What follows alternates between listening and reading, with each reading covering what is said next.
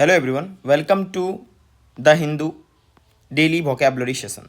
दोस्तों, आज के इस वीडियो में हम द हिंदू के vocabulary, one word, spelling test, grammar dose और अंडरस्टैंडिंग को समझेंगे।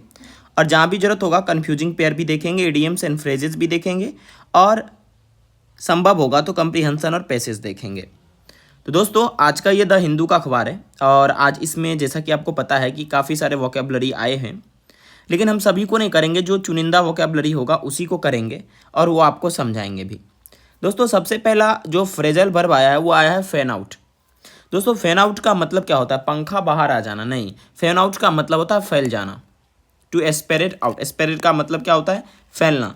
फैलना का क्या होता है दोस्तों? एस्केटर। क्या कह सकते हैं? एस्केटर कह सकते हैं। आप इसे समझते भी जाइएगा क्योंकि कई बार अलग अलग कॉम्पिटिटिव एग्जाम में आया है। इसके अलावा दोस्तों डिस्पर्स भी हम लोग कह सकते हैं, इस एस्पेरेट का सिनोनिम्स हो जाएगा। तो दोस्तों, फैन आउट एक फ्रेजल वर्ब होगा जिसका मतलब होता है फैल जाना। आप यहाँ समझ भी सकते हैं, protester fanning out to lock central government offices, यानी कि मतलब जो प्रोटेस्टर थे, यानी कि प्रोटेस्टर मतलब आप समझते ही होंगे दोस्तों, जो आंदोलनकारी थे वो क्या किए? फैल गए चारों तरफ और लॉक कर दिए सेंट्रल गवर्नमेंट के ऑफिस का। ये लाइन कहाँ से लिया गया? ये दोस्तों जो लाइन लिया गया है, आज का जो अखबार है उसमें बेसिकली अभी मणिपुर में दोस्तों वायलेंस की बातें चल रही है और मणिपुर के इस न्यूज़ से इसको लिया गया है कि कैसे प्रोटेस्टर जो है गवर्नर ऑफिस पे पहुंचते हैं, अपने सांसद राजभवन पे वो, और वहां पर उस ऑफिस को, कई सारे ऑफिसेस को वो लॉक कर देते हैं, तो वो फैलते हैं चारों तरफ, जिसको हम कहते हैं फैन आउट करना। आई होप आपको ये समझ में आ गया होगा दोस्तों। चलिए दोस्तों आगे समझते हैं। स्ट्रेडल का मतलब क्या होता है? आप जब पैर फैलाकर बैठते हैं तो उसे दोस्तों स्ट्रेडल कहते हैं, या जब इस पार से उस पार की बात होती है तब उसे हम स्ट्रेडल कह सकते हैं। दोस्तों, जैसे आप ये समझ सकते हैं, जैसे कोई आपका कोई ज़मीन है, यहाँ इस पार यानी ए से लेकर बी तक है, तो आप कह सकते हैं कि माई लैंड फार्म या my farm straddles from this side to that side. या आप एक एग्जाम्पल से और समझ सकते हैं, our farm straddles the railway line. इसका क्या मतलब हुआ? हमारा जो फार्म है, हमारा जो खेत वगैरह है जहाँ पर है, वो पूरा क्या है दोस्तों? फैला हुआ है। कहाँ पर? रेलवे लाइन के इस पार और उस पार दोनों। ठीक है, स्ट्रेडल का मतलब पैर फैला कर बैठना भी होता है और इस पार से उस पार भी फैलने का मतलब मीनिंग हो सकता है।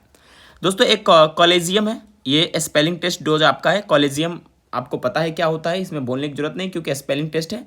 तो दोस्तों ये आप ध्यान में रखिएगा, COLLEGIOUM।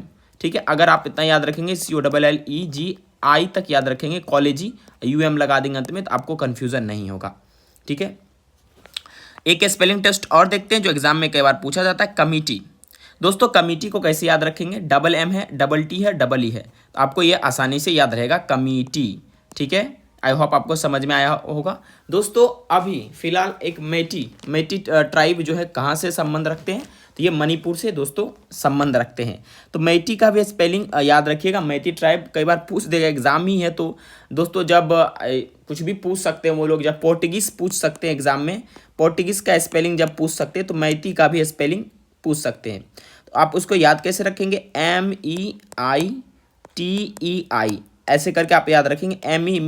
मी इट याद रखिएगा, EI आपको याद हो जाएगा आसानी से। ठीक है, अगला जो वर्ड है दोस्तों रिपार्टिएशन है। रिपार्टिएशन का मतलब होता है किसी को स्वदेश भेज देना।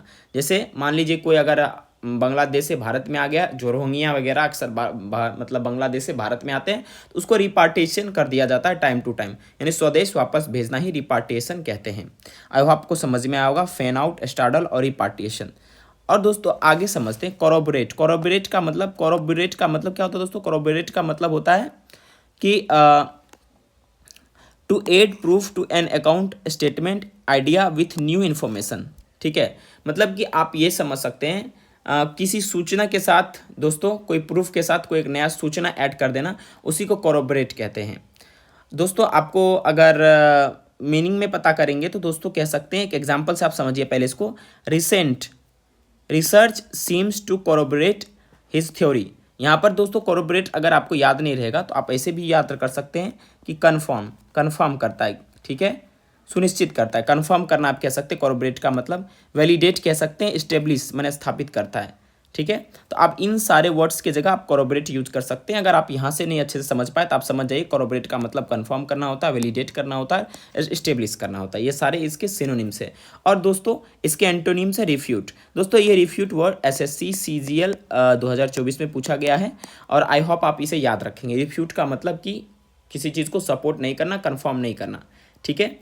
तो आई होप आपको समझ में आ गया होगा। अगला वर्ड है VET, वेट, जिसको कहते हैं वेट का मतलब होता है कि the action of examining someone और something carefully to make certain that they are acceptable और सुटेबल। ठीक है दोस्तों, वेटिंग किया जाता है मतलब कि एक एक्शन होता है, एक परीक्षा होता है जिसमें किसी व्यक्ति या वस्तु को क्या किया जाता है, बहुत ही सावधानी पूर्वक उसको मतलब देखा जाता है कि एक्सेप्टेबल है कि नहीं, स्वीकार किया जा सकता है या सूटेबल है कि नहीं। अभी जैसे कि आपको पता होगा कि अगर मैं आपको बताऊं तो यूएस में curve student visa processing Titan waiting. अब देखिए वेटिंग का मतलब यहाँ पर क्या होगा, देखिए आज का अखबार का है। वेटिंग का मतलब क्या होता है कि किसी चीज़ को केयरफुली जांच करना कि भाई ये सूटेबल है कि नहीं है। और यहाँ पर कर्व भी वर्ड आया, क्या आया दोस्तों, CURB, कर्व। कर्व का मतलब क्या होता है दोस्तों, रोकना। कर्व का क्या मतलब हो सकता है, रोकना। ठीक है, आई होप आपको ये समझ में आ रहा होगा दोस्तों। ठीक है, तो चलिए दोस्तों आगे हम लोग बढ़ते हैं। तो दोस्तों वेट आपको समझ में आ गया, जैसे आप एग्जाम्पल से समझ सकते हैं। जैसे देखिए दोस्तों, everyone who is interviewed for the position has to go through vetting. Vetting का मतलब क्या हुआ, उसको जांच के थ्रू जाना पड़ेगा, उसको उसका एक एग्जामिन किया जाएगा, ठीक है, कि एक्सेप्टेबल है कि नहीं। तो वेटिंग आपको समझ में आ गया वर्ड, ठीक है। वन वर्ड में ये पूछ सकता है, कोई भारी बात नहीं है, ठीक है। अब दोस्तों कुछ कन्फ्यूजन पेयर को देख लेते हैं, जैसे कंसेंसुअस, एग्रीमेंट और कॉन्सेंट। दोस्तों एग्रीमेंट का मतलब होता है मतलब कि किसी चीज़ से समझौता, ये कुछ दिन के बाद टूट भी सकता है, रह भी सकता है, ठीक है। जैसे आप समझ सकते हैं इंडस वाटर ट्रीटी जो है एक प्रकार का एग्रीमेंट था, ट्रीटी आप इसका समझ सकते हैं, है ना। और यहाँ पर दोस्तों कंसेंसुअस में हमारा कंसर्न है और कॉन्सेंट है, ये हमारा कंसर्न नहीं है, ठीक है। देखिए जो कंसेंसुअस होता है वो सर्वसम्मति होता है, सभी लोग उसमें यस बोलते हैं, ठीक है। और कंसेंट का मतलब ये हुआ कि एग्रीमेंट हुआ, उसमें से कोई लोग नो नहीं बोलता है। दोस्तों इसमें कई लोग इन्वॉल्व होते हैं, लेकिन अब दोस्तों इसमें कुछ ग्रुप भी इन्वॉल्व हो सकते हैं, ठीक है, ये बात आपको याद रहेगा। अगला है फ्रदर और फादर। दोस्तों फ्रदर जो है, आप जब कोई ग्रामर को जोड़ते हैं सेंटेंस को, तो इसके बाद के संदर्भ में यूज कर सकते हैं। और फादर का मतलब दोस्तों क्या होता है, दूरस्थ, दूरी के लिए, ठीक है। तो फ्रदर और फादर दोनों में अंतर क्या है, कॉमन एरर में क्वेश्चन मत, इसका मतलब हुआ नेक्स्ट वन, फ्रदर का माने नेक्स्ट वन हो जाएगा, और इसका मतलब हुआ दोस्तों डिस्टेंस के लिए आप ये यूज किया जाता है। चलिए एक स्पेलिंग टेस्ट देख लेते हैं। अपॉइंटमेंट, ये याद रखिएगा आप, APPOINTMENT, ठीक है। अपॉइंटमेंट याद रखिएगा दोस्तों, ये बहुत इंपॉर्टेंट है, कई बार एग्जाम में पूछा गया है। कैसे याद रखिएगा, ऐप को पॉइंट करना है, कैसे याद रखिएगा, ऐप को पॉइंट करना है और उसमें मेंट लगा देना है, मेंट, ऐप पॉइंट, APP, ऐप या AP पॉइंट, आप ऐसे याद रखिएगा, अपॉइंटमेंट आपको याद रहेगा। अगला वर्ड है इन्फ्रैक्शन। दोस्तों इन्फ्रैक्शन का मतलब क्या हुआ, उल्लंघन करना। क्या करना दोस्तों, उल्लंघन करना, कोई चीज़ को नहीं मानना, उसके खिलाफ जाना, कोई इन्फ्रैक्शन कहते हैं। याद कैसे रखेंगे आप, तो याद रखने का बहुत सिंपल तरीका, इन माने अंदर, फ्रैक्शन माने फ्रैक्शन जो बनता है, जैसे 1/3, 1/5। जब आप दोस्तों, मैंने एक, आप इसका स्टोरी रखिएगा कि मैंने आपको बोला कि इस फ्रैक्शन के अंदर नहीं जाना, अगर जाओगे तो फंस जाओगे, ये उल्लंघन कहा जाएगा। तो आपने क्या किया, फिर भी फ्रैक्शन के अंदर चल गया, आप उस बात को नहीं माने, आपने उल्लंघन कर दिया, ठीक है। तो यानी कि इसका सिनोनिम्स हो सकता है इन्फ्रिंजमेंट, ब्रीच माने तोड़ना किसी चीज़ को, वायलेस कर देना, वायलेशन भी कह सकते हैं। और उसके बाद दोस्तों, एक मिनट, कंटमेसी भी हो सकता है। उसके बाद डेरिलिकेशन भी हो सकता है दोस्तों, इसका सिनोनिम्स। इन्फ्रैक्शन का मतलब होता है उल्लंघन, इन सबों का भी मतलब उल्लंघन ही होता है। दोस्तों जो सेलेक्टेड था वही मैं चूज कर यहाँ पर आपको पढ़ा रहा हूँ, ठीक है। आगे बढ़ते हैं दोस्तों। अब देखिए एक और स्पेलिंग टेस्ट आपके साथ डिस्कस करते हैं, प्रोग्राम, PROGRAMME। प्रोग्राम का याद रखिएगा, जैसे ग्रामर में डबल एम होता है उसी तरह से डबल एम इसमें याद रखिएगा, तो आपको आसानी से प्रो याद रखिएगा, ग्राम याद रखिएगा, लास्ट में ई लगा दीजिएगा, ठीक है। एक और स्पेलिंग टेस्ट देखते हैं, सैटेलाइट, आज आया है दोस्तों। सैटेलाइट का याद कैसे रखिएगा, सा याद रखिएगा, उसके बाद टेल, TALL टेल, और उसके बाद IT, यानी आप सैटेलाइट में मेनली आपको दोस्तों जो है ये वाला पार्ट गायब किया जाता है। तो आप अगर ये याद रखेंगे, TELL याद रखेंगे, टेल, तो आपको आसानी से दिक्कत नहीं होगा याद करने में, ठीक है। क्लियर है दोस्तों। अधेर टू का मतलब होता है किसी चीज़ से चिपका हुआ, स्टिक, यानी कोई रूल है आपको, उससे आप एकदम जुड़े हुए हैं अपने डिसिप्लिन में, उसी को कहते हैं अधेर टू। ठीक है, ये याद रहेगा आपको, आज के अखबार में आया है दोस्तों। अगला है इनिशिएटिव, बहुत ही इंपॉर्टेंट है। इनिशिएटिव का मतलब वो एक शुरुआत होता है दोस्तों, जैसे गवर्नमेंट की कई सारी इनिशिएटिव होती है, आप ये समझ सकते हैं, पहल कह सकते हैं जिसको। ठीक है, आप इसका सिनोनिम्स की बात करेंगे तो स्टार्ट कह सकते हैं। ठीक है, ये दोस्तों एनडीए एसएससी दोनों में पूछा गया है। इनिशिएटिव का मतलब एक स्टार्ट होता है, एक पहल होता है, किसी चीज़ का बिगिनिंग कह सकते हैं आप, शुरुआत कह सकते हैं, याद रहेगा आपको। ठीक है, अब दोस्तों स्वेल, स्वेल का मतलब क्या होता है, किसी चीज़ का घूमना या लपेटना या बवंडर दोस्तों होता है। ठीक है, या चक्कर देना भी होता है दोस्तों। ये जो वर्ड है ये यूज किया गया आपका एडिटोरियल का, ये वर्ड है, आप याद रखिएगा। स्वेल्स लिखा हुआ SWIR है, लेकिन इसको पढ़ेंगे स्वेल। इसका मतलब होता है घूमना, लपेटना, बवंडर, ठीक है, या चक्कर देना। दोस्तों इसके सिनोनिम्स की जब बात हम करें तो दोस्तों चर्न करना, चर्न का मतलब मथना भी होता है, अगर कोई चीज़ घुमाया जाता है, लपेटा जाता है तो उसमें मथने का सेंस भी आता है। एजाइटेट मतलब किसी को आप घुमा रहे हैं, उसको लपेट रहे हैं तो उसमें वो परेशान होगा, तो एजाइटेट भी इसका सिनोनिम्स हो सकता है। सर्कुलेट करना भी हो सकता है, ट्विस्ट करना भी हो सकता है, याद रहेगा। अब स्पेकुलेशन का मतलब एक प्रकार का होता है अनुमान, ठीक है, या विचार या मनन, जैसे लालू जी कहते हैं हम तो मनन कर रहे हैं, तो उसी तरह से स्पेकुलेशन है। इसका दोस्तों सिनोनिम से हो जाएगा कंजक्चर, गैस और हाइपोथेसिस। दोस्तों ये इसका सिनोनिम्स हो जाएगा स्पेकुलेशन का। तो दोस्तों ये कुछ वर्ड है जो हम डिस्कस अभी किए हैं। ठीक है, तो दोस्तों चलिए एक बार आपको रिवीजन करा देते हैं जो हम अभी वर्ड डिस्कस किए हैं। दोस्तों अभी हम लोगों ने डिस्कस करा है फैन आउट, जिसका मतलब होता है फैल जाना। ठीक है, डिस्पर्स कर जाना, स्केटर करना, पहला वर्ड ये है, दूसरा ये था और तीसरा ये था डिस्पर्स करना, स्केटर करना, स्प्रेड करना। आप याद कैसे करिएगा था, हाँ, जो मणिपुर के प्रोटेस्टर थे वो फैन आउट कर रहे थे, यानी फैल रहे थे। ठीक है, उसके बाद स्ट्राडल का पढ़ाए थे जिसमें होता है पैर फैलाकर बैठना। उसके बाद आपको पढ़ाए थे कॉलेजियम। ठीक है, और दोस्तों उसके बाद रिपार्टिएट ऑप्शन आपको पढ़ाए थे किसी को स्वदेश भेजना। ठीक है, और स्पेलिंग टेस्ट में कमिटी और मैटी आपको हमने बताया था। उसके बाद कोरोबरेट का मतलब आपको बताया था मैंने, किसी चीज़ को कंफर्म करना, वैलिडेट करना और एस्टेब्लिश करना। स्पेलिंग बिल्कुल याद रखिएगा कोरोबरेट का, कई बार स्पेलिंग टेस्ट में ये भी पूछा जा सकता है क्योंकि इसका स्पेलिंग थोड़ा सा देखने में ट्रिकी है।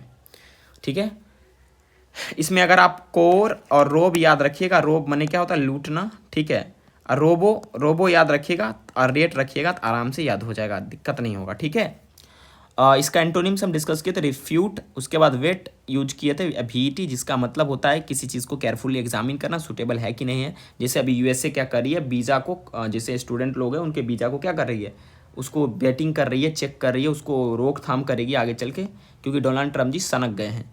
आपको कंसेंसुअस और हमने कंसेंट दोनों में अंतर बताया। ठीक है, फ्रदर और फादर में अंतर बताया, फ्रदर मैंने नेक्स्ट वन होता है और फादर का मतलब होता है डिस्टेंस। उसके बाद मैंने स्पेलिंग टेस्ट में आपको अपॉइंटमेंट बताया। ठीक है, अपॉइंटमेंट का मतलब आपको पता है क्या होता है, किसी से नियुक्ति के लिए बात करते हैं जब।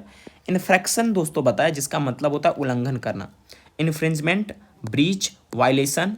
उसके बाद डेरिलिकेशन का मतलब भी ये होता है। आगे दोस्तों हमने आपको प्रोग्राम का स्पेलिंग बताया, एधेर टू मैंने बताया, स्टिक टू। उसके बाद सैटेलाइट का स्पेलिंग हम लोगों ने देखा, और हाँ एक मैंने छोड़ दिया, ऑथोरिटेरियन का मतलब क्या होता है, इसका मतलब होता है ऑथोरिटेरियन का मतलब होता है दोस्तों, आपको ये बात पता ही होगा ऑथोरिटेरियन का क्या मतलब होता है। ठीक है, क्योंकि सारा अगर बताएंगे तो फिर दिक्कत है, इसमें सिर्फ स्पेलिंग हमको ध्यान में रखना है। ठीक है, ऑथोरिटेरियन। ठीक है, आप दोस्तों उसके बाद हमने आपको इनिशिएटिव बताया, इनिशिएटिव का मतलब स्टार्ट होता है, पहल जिसे कह सकते हैं। ये दोस्तों NDA SSC एग्जाम में पूछा गया है। ठीक है, उसके बाद स्वेल आपको मैंने बताया, जिसका मतलब होता है घूमना, लपेटना या बवंडर। ठीक है, चर्न कह सकते हैं, एजाइटेट कह सकते हैं, सर्कुलेट, ट्विस्ट ये कह सकते हैं। उसके बाद स्पेकुलेशन मैंने बताया, जिसका मतलब अनुमान, विचार या मनन कह सकते हैं। सिनोनिम्स बताया कंजक्चर, गैस और हाइपोथेसिस। ओके दोस्तों, आई होप आपको ये समझ में आया होगा। नाउ लेटेस्ट डिस्कस दोस्तों, अब हम डिस्कस करते थोड़ा सा आज का जो हमारा एडिटोरियल था दोस्तों, उस एडिटोरियल में जो आए हुए आज का हमारा कुछ मतलब वर्ड्स थे, पार्ट थे, वो देखिए, इसको समझते हैं, थोड़े थोड़े करके आपको समझाएंगे। डिस्पाइट रोबस्ट, देखिए क्या कर रहा है, एक मिनट दोस्तों, इसको छोटा हल्का कर लेते हैं। हाँ, डिस्पाइट, भाई साहब छोटा हो जाए, हाँ एक मिनट, डिस्पाइट रोबस्ट ग्रोथ, एक मिनट दोस्तों रुक जाइए, इधर लिख देते हैं इसको। ठीक है, ये वाला क्या करें, डिस्पाइट रोबस्ट ग्रोथ। ठीक है, एक मिनट, रोबस्ट का मतलब क्या होता है, बहुत ही स्ट्रॉन्ग। ठीक है, स्ट्रॉन्ग, रोबस्ट का मतलब क्या होता है स्ट्रॉन्ग, ठीक है। ग्रोथ, डिस्पाइट का मतलब क्या होता है के बावजूद, despite robust growth in electricity generation, मतलब इलेक्ट्रिसिटी जो जनरेशन हुआ उसमें बहुत ही स्ट्रॉन्ग ग्रोथ हुआ, बहुत ही तगड़ा ग्रोथ हुआ है। ओवर दी पास्ट 2 डेकेड्स, दोस्तों हम ओवर का इस्तेमाल कब करते हैं, जब कोई चीज़ें लगातार सालें चलती है, जैसे हम कहते हैं ओवर द ईयर तुम्हारा परफॉर्मेंस अच्छा हो रहा है, मतलब जब हम किसी कंटिन्यूस चीज़ की चर्चा करते हैं उस स्थिति में हम अगर उसको पास्ट से कंपेयर जब करने की कोशिश करते हैं तो उसमें ओवर का इस्तेमाल हम करते हैं, ठीक है। तो आप याद रखिएगा, despite robust growth in electricity generation over the past 2 decades with rapid additions of renewable energy in the past 5 years, ठीक है। मतलब कि लगातार, रिपीट का मतलब क्या होता है लगातार, ठीक है, नहीं कहता रैपिड राउंड फायर है, रेपिडली क्या हुआ है यहाँ पर, रिन्यूएबल एनर्जी यानी कि जिसको रिन्यू किया जा सकता है, नवीकरणीय ऊर्जा का क्या हुआ लास्ट 5 साल में बहुत ही ज़्यादा इसमें उपयोग किया गया, ऐड किया गया है। India has been unable to meet its peak power demand, देखिए अब कहा जा रहा है कि जो भारत है ये जो मतलब बेसिकली रिन्यूएबल एनर्जी के बारे में बात की जा रही है यहाँ पर, उसका डिमांड पूरा करने में सक्षम नहीं है। हैज़ बीन का इस्तेमाल तब करते हैं दोस्तों, ये हैज़ बीन मतलब प्रेजेंट परफेक्ट कंटिन्यूस टेंस को दिखा रहा है कि जो डिमांड चाहिए उसको पूरा नहीं कर पा रहा है भारत। With the deficit widening from 0.69% in financial year 20 to about 5% in financial year 2024, मतलब with the deficit widening, deficit का मतलब क्या होता है कम, कम, ठीक है, ये मतलब कि ये बहुत कम इसमें ग्रोथ हुआ है, ठीक है, कि 0.69% से 5%, फाइनेंशियल 20 से 24 में तो कम ही ग्रोथ है।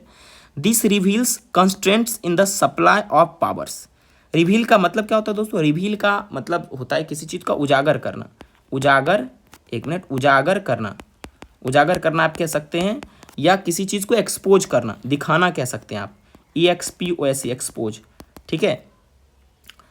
कंस्टेंट्स का मतलब रुकावट होता है, कंस्टेंट का मतलब क्या होता है रुकावट, किस चीज़ का रुकावट, तो सप्लाई ऑफ पावर का, ठीक है। यहाँ पर दोस्तों देखिए ये सब्जेक्ट है हमारा दिस, और कंस्टेंट्स जो है आपका वर्ब है, ये प्रेजेंट इंडिफिनिट सब्जेक्ट प्लस दोस्तों V5 प्लस ऑब्जेक्ट, यानी अगर हमारा देखिए यहाँ पर एक चीज़ देखिएगा, this reveals constants in the supply of power.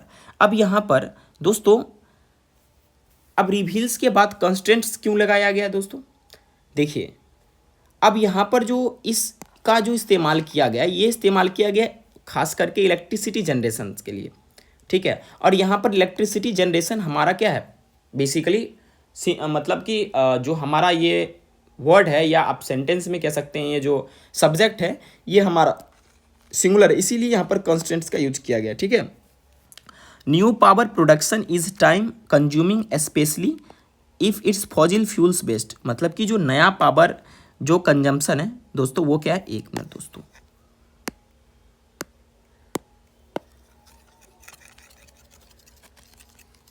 चलिए तो मैं आपको लगातार ग्रामर भी इसमें करवा दे रहा हूँ जो अगर रिक्वायरमेंट वाला चीज़ है, ठीक है, क्लियर बात दोस्तों। तो ये फॉजिल फ्यूल जो बेस्ड है, even as India attempts to integrate renewable power into the power grid, ठीक है दोस्तों। यहाँ पर क्या कह रहा है कि मतलब जो है, कहाँ पर थे हम लोग, हाँ चलिए, तो ये फॉजिल फ्यूल बेस्ड जो था खास करके उसका मतलब वो टाइम टेकिंग है, टाइम कंज्यूमिंग है, ठीक है, क्योंकि मतलब जब आप किसी चीज़ फॉजिल्स वाला इस्तेमाल करते हैं, कोयला वगैरह का इस्तेमाल करते हैं, टाइम लेता है। हालांकि भारत भी, इंडिया यहाँ पर सब्जेक्ट सिंगुलर है, अटेम्प्ट्स वर्ब भी सिंगुलर है, टू इंटीग्रेट, इंटीग्रेट का मतलब किसी चीज़ को अपने आप में शामिल करना, किसमें, तो renewable power into the power grid, अपने पावर ग्रिड में शामिल करना चाहती है। Therefore India must focus on enhancing the energy efficiency holistically to reduce power demand, also the quickest and least expensive way to address rising power demand and climate change। दोस्तों यहाँ पर कह रहा है कि भारत भी जो है ये भी क्या कर रहा है, फोकस कर रहा है किस चीज़ को इन्हेंस करने के लिए, एनर्जी इफिशिएंसी, एनर्जी माने ऊर्जा, इफिशिएंसी का मतलब क्षमता, इफिशिएंसी का मतलब क्या हुआ क्षमता, ठीक है। हॉलिस्टिकली का मतलब हुआ एक सही वे में, ठीक है, एक हॉलिस्टिक अप्रोच का मतलब क्या होता है, एक सही तरीके से, ठीक है। यहाँ पर LY लगा है दोस्तों, ये एडवर्ब का काम किया है, किस चीज़ को रिड्यूस करने के लिए, तो जो पावर डिमांड है उसको रिड्यूस करने के लिए। And also the quickest and least expensive way, दोस्तों यहाँ पर द क्विकेस्ट क्यों लगा है, याद रखिएगा, सुपरलेटिव सुपरलेटिव डिग्री को जब हम कंपेयर के सेंस में यूज करते हैं तो उसके पहले द का इस्तेमाल करते हैं, तो क्विकर और क्विकेस्ट यहाँ पर आ गया दोस्तों, ठीक है। और सबसे कम एक्सपेंसिव तरीका, जिससे क्या करें, जो पावर का जो डिमांड बढ़ रहा है और क्लाइमेट चेंज को कॉप किया जा सके, ठीक है। This year marks a decade of India's ground breaking energy efficiency scheme, मतलब कि एक तो अभी तो ground breaking energy efficiency scheme आया है जिसका नाम Ujjwala, which has help bring down the price of energy efficient light emitting diode and bulbs from about 500 रुपया 500 डेकेड एगो टू 70, ठीक है। मतलब कि दोस्तों यहाँ पर कहा जा रहा है कि जो उज्ज्वला स्कीम जो आया है, उज्ज्वला स्कीम, अच्छा उज्ज्वला यहाँ पर ध्यान रखिएगा, यहाँ सब्जेक्ट उज्ज्वला, इसके लिए विच का इस्तेमाल किया गया। आप एक बात समझने की कोशिश कीजिएगा, हम लोग ये विच का इस्तेमाल करते हैं किसी ऑब्जेक्ट के लिए, ठीक है। जब ये विच हुआ या हु हुआ या हुम हुआ, इनके लिए दोस्तों जब कभी ये सेंटेंस में सब्जेक्ट के बाद आते हैं तो ये इसी के हिसाब से वर्ब लगता है, यानी कि इसका एंटीसीडेंट, अगर इसका एंटीसीडेंट जो भी नाउन है, अगर वो प्लुरल है, अगर वो सिंगुलर है, तो उसी के हिसाब से वर्ब लगेगा। जैसे यहाँ देखिए उज्ज्वला जो है, उज्ज्वला दोस्तों यहाँ पर क्या है, उज्ज्वला एक सब्जेक्ट सिंगुलर है, और यहाँ पर विच क्या है, विच के बाद हैज का इस्तेमाल क्यों किया गया है, क्योंकि यहाँ पर विच क्या है, विच का एंटीसीडेंट क्या है, उज्ज्वला, विच का एंटीसीडेंट क्या है, उज्ज्वला, जिसके हिसाब से हम लोग हैज लगाए। मतलब कि जब कभी सेंटेंस में विच, हु और होम का इस्तेमाल हो और उससे पहले सब्जेक्ट कोई भी हो, देख लीजिएगा कि विच होम के हिसाब से ही वो मतलब विच या होम अपने एंटीसीडेंट के हिसाब से सब्जेक्ट लेता है। अगर यहाँ पर उज्ज्वला की जगह कोई और चीज़ होता, अगर वो प्लुरल में होता, तो यहाँ पर हैज की जगह हैव हो जाता। Which help bring down the price of energy efficient light. अब यहाँ पर अगर हम टेंस देखें तो दोस्तों यहाँ पर प्रेजेंट परफेक्ट टेंस है, जिसका स्ट्रक्चर होता है सब्जेक्ट प्लस हैज या हैव प्लस V3 प्लस दोस्तों क्या ऑब्जेक्ट होता है, ठीक है। जो कि क्या किया दोस्तों, ब्रिंग डाउन करने में मदद किया। ब्रिंग डाउन का मतलब किसी चीज़ को कम कर देना, ठीक है। किस चीज़ का कम करने की बात की जा रही है, एनर्जी इफिशिएंट लाइट का। लाइट इमिटिंग डायोड, याद देखिए एलईडी का फुल फॉर्म क्या होता है, लाइट इमिटिंग डायोड। जिस मतलब कि मतलब 10 साल पहले जिसका दाम 500 रुपया था, अब बहरहाल वो 70 रुपया में बल्ब मिल रहा है। Enabling it's wide spread home use, wide spread का मतलब क्या हुआ, बड़े पैमाने पे, घर में इसका बड़े पैमाने पर यूज हो रहा है, ठीक है। The scheme succeeded as another public energy efficiency measure was backed into the initiative. अब दोस्तों यहाँ पर ये सक्सीड बहुत हुआ है another public energy group efficiency group में, जो कि बैक्ड इनटू हुआ है इनिशिएटिव। बैक्ड इनटू का मतलब क्या हो, किसी इनिशिएटिव। अच्छा इनिशिएटिव का मतलब मैंने क्या बताया, एक पहल है, ठीक है। इनिशिएटिव का मतलब पहल है, ठीक है। The street lightning national programme which lead to the installation of over 1.3 crore LED lamps across urban local bodies and gram panchayat. मतलब दोस्तों क्या कहा जा रहा है, मतलब एक स्ट्रीट लाइटनिंग नेशनल प्रोग्राम है जो कि दोस्तों क्या करता है कि बहुत सारे इंस्टॉलेशन किया, किसका, लगभग 1.3 करोड़ LED लैंप्स का अर्बन लोकल बडीज और ग्राम पंचायत में, and reducing peak demand over 1.5 crore, ठीक है, या करोड़ ही था ना। और मतलब जो है, एक मिनट दोस्तों, एक मिनट रुक जाना भाई, हाँ, मतलब reducing the demand of 150 megawatt, ठीक है। मतलब जो उसका डिमांड था 150 मेगावाट, उसको भी उसने कम कर दिया, ठीक है। आगे दोस्तों क्या कह रहा है, ध्यान से समझिएगा, एक मिनट, ये आप समझते जाइएगा। देखिए, as of January 2025 the government has distributed about 37 crore LED bulbs and enable the sales about 427 crore more. और दोस्तों जो है गवर्नमेंट जो है क्या की है कि वो 37 करोड़ लेड बल्ब्स को मतलब जो है वो क्या किया, डिस्ट्रीब्यूट किया है, और लगभग 407 करोड़ और का क्या किया है, उसके सेल को खोल दिया है, ओपन कर दिया है, भाई बेचो जिसको बेचना है, ठीक है। अब आगे क्या कहा जा रहा है, ध्यान दे दीजिएगा इस बात का।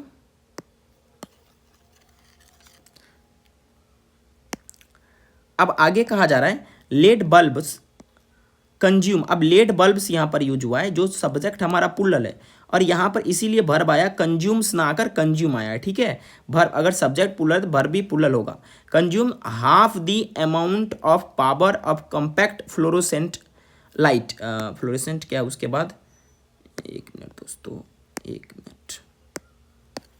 Fluorescent lamps. फ्लोरोसेंट लैंप्स वो होते हैं जो मतलब बेसिकली घर में हम लोग यूज करते, ठीक है। कॉम्पैक्ट फ्लोरोसेंट लैंप वही होते हैं, ठीक है, याद रहेगा आपको। चलिए अब दोस्तों ये चीज़ समझ में आपको आ रहा होगा।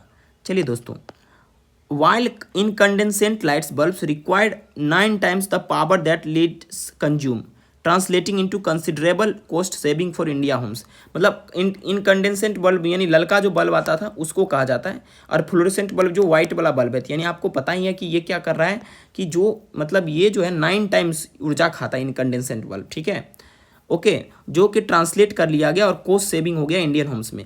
But estimates also suggest that Ujjwala scheme alone has help India save over 10 billion in avoided building over 9500 megawatt of new generation capacity which is equivalent of 9 new coal fired 500 megawatt power plants. मतलब कि जैसे ही ये मतलब Ujjwala scheme बहुत मदद किया कि मतलब 9500 मेगावाट का एनर्जी को सेव किया है, ठीक है, लगभग, जो कि अगर इतना अगर यूज होता तो 19 लगभग new coal fired megawatt power plant जो है 500 मेगावाट पावर वाट का जो पावर प्लांट का यूज होता अगर हम लोग इस बल्ब का इस्तेमाल नहीं करते तो। इंडीड का मतलब होता है श्योरिटी के साथ, sure. There are other energy efficiency measures that India has taken following the enactment of the energy conservation act 2001। Energy conservation act कब आया था? 2001 में आया था, ठीक है।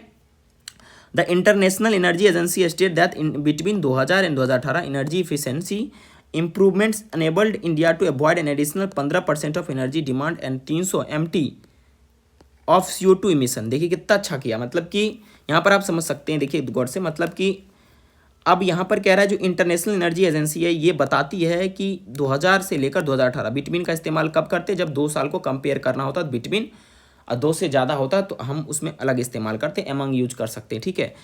एनर्जी एफिशिएंसी इंप्रूवमेंट अनेबल किया गया इंडिया का, जो लगभग अवॉइड किया 15% एनर्जी डिमांड का, ठीक है, और CO2 इमिशन को भी अवॉइड किया। But with India's rapid urbanisation in the past 2 decades and rising per capita energy consumption to meet cooling needs as summer get hotter peak, एक मिनट दोस्तों, peak power demand reached 200 gigawatt last year. मतलब basically जब दोस्तों गर्मी बढ़ेगा तो फिर energy consumption ज़्यादा होगा, और यहाँ पर एनर्जी कंजम्पशन नाउन है, क्योंकि जब किसी शब्द के लास्ट में आईओएन लगता है तो वो नाउन हो जाता है, ठीक है। अब उसके बाद दोस्तों कह रहा है India is today the 3rd largest power consumer globally. मतलब वैश्विक रूप से देखें बड़े पैमाने पे तो भारत 3रे नंबर पे आता है ये सब चीज़ को कंज्यूम करने में, ठीक है। India is today the 3rd largest, ठीक है दोस्तों, मैंने बोला ना द 3rd लार्जेस्ट। यहाँ पर क्या हुआ दोस्तों? सुपरलेटिव डिग्री के पहले द का भी प्रयोग हुआ है। After China and the USA, मतलब कि इस एनर्जी कंज्यूम करने में सबसे नंबर 1 पर यूएसए आता, उसके बाद चाइना, तब भारत आता है। मोर ओवर, माने कि हालांकि 70% of its energy output continues to be from coal and it has plans to add another 9 gigawatt of coal based capacity by 2032। मतलब लगभग 70% एनर्जी आउटपुट कहाँ से आता है? कोल से। मतलब 30% ही हम लोग ये इस्तेमाल करते हैं रिन्यूएबल एनर्जी, ठीक है। और कोशिश किया जा रहा है कि भाई 9 गीगावाट और ऐड किया जाए, तो ये अच्छी बात नहीं है। What is needed now is greater energy efficiency mandates across sectors such as buildings, home appliances and countries sprawling MSME। Sprawling का मैंने बढ़ते हुए जो MSME छोटे छोटे जो मतलब व्यापार के केंद्र है उसके लिए मतलब जो है ये जरूरी पड़ता है, ठीक है। तो इससे आई होप आपको समझ में आया होगा, इससे कंप्रीहेंशन भी बन सकता है दोस्तों। तो इससे हम बहुत सारा चीज़